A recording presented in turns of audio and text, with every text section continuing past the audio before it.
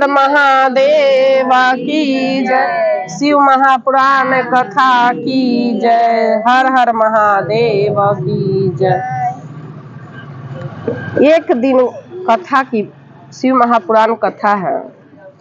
एक दिन द्रौपदी जा रही थी नदी गंगा स्नान करने के लिए।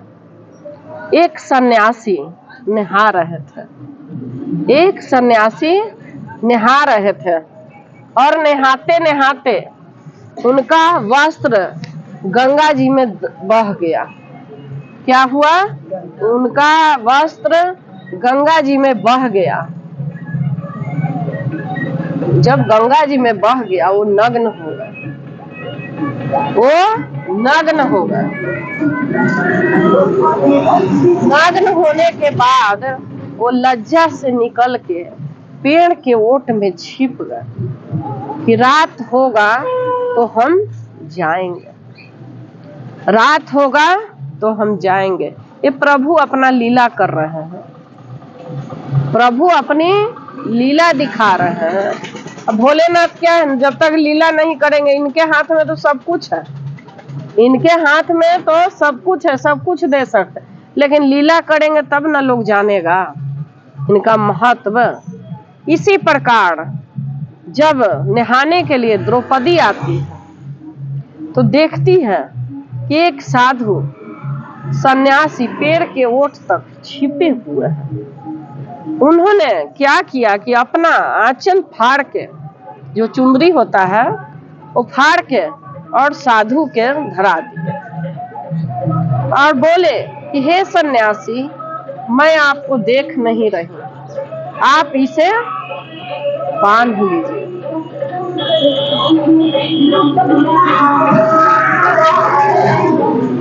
आप इसे बांध लीजिए, कह रहे हैं इस प्रकार। सन्यासी जो है वो कपड़ा लेके बांध लेते और बांधने के बाद बाहर निकल के आते हैं और कहते हैं कि हे कन्या, तुमने मेरे को वस्त्र दिया है, तुमने एक नग्न साधु को वस्त्र दिया है और ये वस्त्र तुम्हें कभी नहीं घटेगा। ये वस्त्र तुम्हें कभी नहीं होगा घटेगा। तुम कभी निर्वस्त्र नहीं होगी, कभी निर्वस्त्र नहीं होगी, मतलब कभी नग्न अवस्था में नहीं होगी। वो साधु कौन थे? साधु दुर्वासा ऋषि थे। शिव जी के अवतार दुर्वासा ऋषि, वो शिव जी के ही अवतार दुर्वासा ऋषि थे। उन्होंने इस प्रकार कहा। अब जब हस्तिनापुर में द्रौपदी को निर्वस्त्र करने के लिए दुर्योधन कहता है कि दुशासन ले आओ द्रौपदी को। द्रौपदी को जब सभा में ले आया जाता है, उस समय सारे राजा महारथी, भीष्म पितामह, द्रोणाचार्य सारा बैठे हुए थे। पूरा सभा, विदुर, वहां पांचों उसका पति, सारे बैठे हुए थे। उस तरह से कहता है दुर्योधन कि इसे नग्न कर दो। कर्ण बोलता है इसे नग्न कर दो, और दुशासन कपड़ा खींचने लगता है, द्रौपदी का साड़ी खींचने लगता है। साड़ी खींचते खींचते थक गया। उस समय दुर्वासा ऋषि के प्रताप से कृष्ण भगवान को याद आता है कि उनको वस्त्र देना है, और इसी तरह से कृष्ण भगवान ऐसे करते हैं और वस्त्र निकल रहा है। वो निर्वस्त्र नहीं हुए। क्यों नहीं हुई? एक साधु का आशीर्वाद था।